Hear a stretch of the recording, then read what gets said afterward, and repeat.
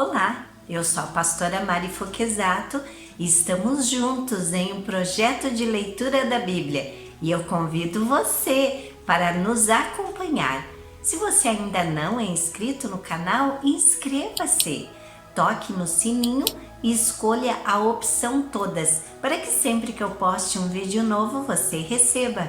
Também deixe o seu joinha, o seu ok, porque isso é muito importante para o crescimento do canal. E se você quiser deixar um comentário e compartilhar esse vídeo, eu agradeço. Vamos iniciar a leitura de hoje? Vamos iniciar a leitura de mais um livro, o livro de 1 Coríntios. Vou falar um pouquinho sobre esse livro.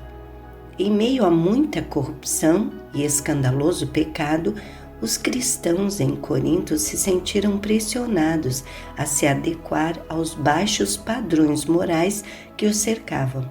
Muitas pessoas cuja moralidade já estava corrompida se justificavam dizendo serem livres em Cristo.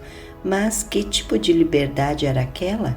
Para resolver tal confusão, Paulo escreveu esta carta à igreja de Corinto. A epístola cobre uma ampla variedade de questões de ordem prática, incluindo as facções rivais dentro da igreja, o incesto entre os cristãos, demandas jurídicas entre irmãos em Cristo, abuso dos dons espirituais, falta de ordem na conduta durante os encontros comunitários e na ceia do Senhor, assim como na manifestação do amor cristão. Paulo trata de cada um desses problemas apontando para Cristo como a solução definitiva. Paulo também respondeu a questões específicas levantadas pelos coríntios, questões relacionadas a casamento, comer alimentos sacrificados a ídolos e a ressurreição de Cristo.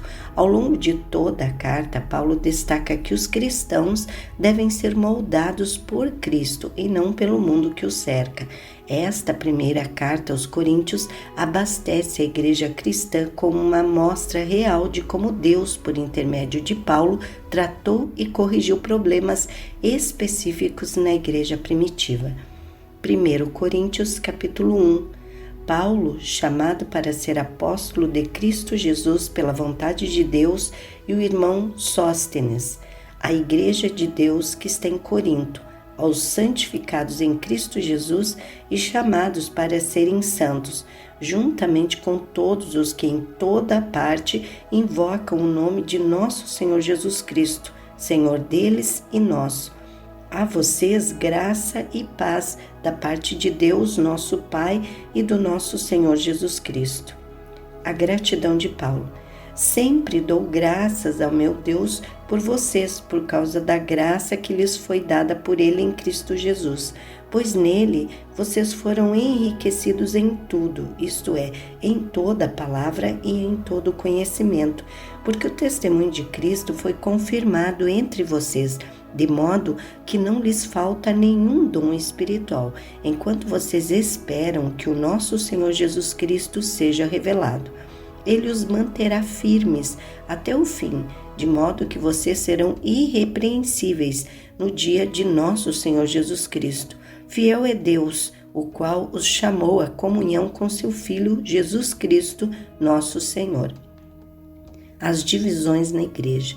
Irmãos, em nome do nosso Senhor Jesus Cristo, suplico a todos vocês que concordem uns com os outros no que falam, para que não haja divisões entre vocês, antes que todos estejam unidos num só pensamento e num só parecer. Meus irmãos, fui informado por alguns da casa de Cloe de que há divisões entre vocês. Com isso, quero dizer que alguns de vocês afirmam: eu sou de Paulo, ou eu sou de Apolo, ou eu sou de Pedro, ou ainda eu sou de Cristo. Acaso Cristo está dividido? Foi Paulo crucificado em favor de vocês? Foram vocês batizados em nome de Paulo? Dou graças a Deus por não ter batizado nenhum de vocês, exceto Crispo e Gaio, de modo que ninguém pode dizer que foi batizado em meu nome. Batizei também os da casa de Estéfanas, além destes não me lembro se batizei alguém mais. pois Cristo não me enviou para batizar, mas para pregar o Evangelho, não porém com palavras de sabedoria humana, para que a cruz de Cristo não seja esvaziada. Cristo, sabedoria e poder de Deus. Pois a mensagem da cruz é loucura para os que estão perecendo, mas para nós que estamos sendo salvos é o poder de Deus, pois está escrito: destruirei a sabedoria dos sábios e rejeitarei a inteligência dos inteligentes. Onde está o sábio? Onde está o erudito? Onde está o questionador desta era? Acaso não tornou Deus louca a sabedoria deste mundo? Visto que na sabedoria de Deus o mundo não o conheceu por meio da sabedoria humana, agradou a Deus salvar aqueles que creem por meio da loucura da pregação. Os judeus pedem sinais milagrosos e os gregos procuram sabedoria. Nós, porém, pregamos a Cristo crucificado, o qual de fato é escândalo para os judeus e loucura para os gentios, mas para os que foram chamados, tanto judeus como gregos, Cristo é o poder de Deus e a sabedoria de Deus, porque a loucura de Deus é mais sábia que a sabedoria humana e a fraqueza de Deus é mais forte que a força do homem. Irmãos, pensem no que vocês eram quando foram chamados. Poucos eram sábios segundo os padrões humanos, poucos eram poderosos, poucos eram de nobre nascimento, mas Deus escolheu o que para o mundo é loucura para envergonhar os sábios, e escolheu o que para o mundo é fraqueza para envergonhar o que é forte. Ele escolheu o que para o mundo é insignificante, desprezado e o que nada é, para reduzir a nada o que é, a fim de que ninguém se vanglorie diante dele.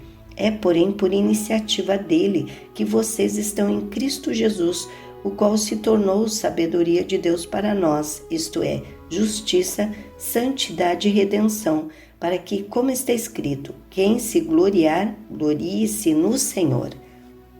1 Coríntios, capítulo 2. Eu mesmo, irmãos, quando estive entre vocês, não fui com um discurso eloquente, nem com muita sabedoria para lhes proclamar o mistério de Deus, pois decidi nada saber entre vocês, a não ser Jesus Cristo e este crucificado, e foi com fraqueza e temor e com muito tremor que estive entre vocês.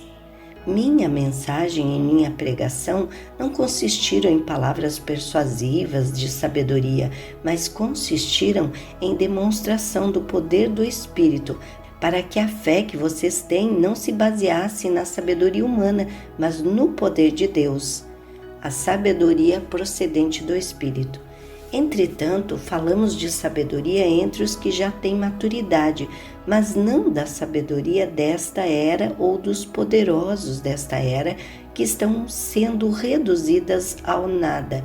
Ao contrário, falamos da sabedoria de Deus, do mistério que estava oculto, o qual Deus preordenou antes do princípio das eras, para a nossa glória. Nenhum dos poderosos desta era o entendeu, pois, se o tivessem entendido, não teriam crucificado o Senhor da glória. Todavia, como está escrito, olho nenhum viu, ouvido nenhum ouviu, mente nenhuma imaginou o que Deus preparou para aqueles que o amam. Mas Deus o revelou a nós por meio do Espírito. O Espírito sonda todas as coisas, até mesmo as coisas mais profundas de Deus, pois quem conhece os pensamentos do homem, a não ser o Espírito do homem que nele está? Da mesma forma, ninguém conhece os pensamentos de Deus, a não ser o Espírito de Deus. Nós, porém, não recebemos o Espírito do mundo, mas o Espírito procedente de Deus, para que entendamos as coisas que Deus nos tem dado gratuitamente. Delas também falamos, não com palavras ensinadas pela sabedoria humana, mas com palavras ensinadas pelo Espírito, interpretando verdades espirituais para os que são espirituais. Quem não tem o Espírito não aceita as coisas que vêm do Espírito de Deus, pois lhes são loucura, e não é capaz de entendê-las, porque elas são discernidas espiritualmente. Mas quem é espiritual discerne todas as coisas, e ele mesmo por ninguém é discernido, pois quem conheceu a mente do Senhor para que possa instruí-lo? Nós, porém, temos a mente de Cristo. 1 Coríntios capítulo 3, as divisões na igreja. Irmãos, não lhes pude falar como a espirituais, mas como a carnais, como a crianças em Cristo. Dei-lhes leite e não alimento sólido, pois vocês não estavam em condições de recebê-lo. De fato, vocês ainda não estão em condições, porque ainda são carnais, porque visto que a inveja e divisão entre vocês não estão sendo carnais e agindo como mundanos? Pois quando alguém diz eu sou de Paulo e outro eu sou de Apolo, não estão sendo mundanos? Afinal de contas, quem é Apolo? Quem é Paulo? Apenas servos por meio dos quais vocês vieram a crer, conforme o ministério que o Senhor atribuiu a cada um. Eu plantei, Apolo regou, mas Deus é quem fez crescer. De modo que nem o que planta, nem o que rega são alguma coisa, mas unicamente Deus que efetua o crescimento. O que planta e o que rega tem um só propósito, e cada um será recompensado de acordo com seu próprio trabalho, pois nós somos cooperadores de Deus, vocês são lavoura de Deus e edifício de Deus. Conforme a graça de Deus que me foi concedida, eu, como sábio construtor, lancei o alicerce, e outro está construindo sobre ele. Contudo, veja cada um como constrói, porque ninguém pode colocar outro alicerce além do que já foi posto, que é Jesus Cristo. Se alguém constrói sobre esse alicerce usando ouro, prata, pedras preciosas, madeira, feno ou palha, sua obra será mostrada, porque o dia a trará a luz, pois será revelada pelo fogo, que provará a qualidade da obra de cada um. Se o que alguém construiu permanecer, esse receberá recompensa. Se o que alguém construiu se queimar, esse sofrerá prejuízo. Contudo, será salvo como alguém que escapa através do fogo. Vocês não sabem que são o santuário de Deus e que o Espírito de Deus habita em vocês? Se alguém destruir o santuário de Deus, Deus o destruirá, pois o santuário de Deus, que são vocês, é sagrado.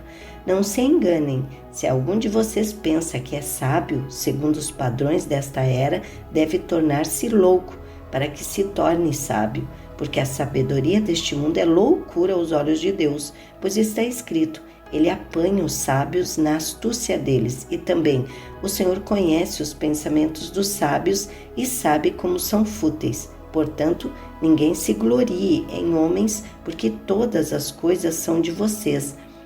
Seja Paulo, seja Apolo, seja Pedro, seja o mundo, a vida, a morte, o presente ou o futuro, tudo é de vocês, e vocês são de Cristo e Cristo de Deus. Amém.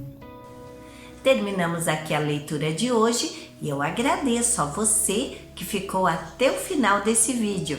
Tenha um dia vitorioso. Deus abençoe sua vida.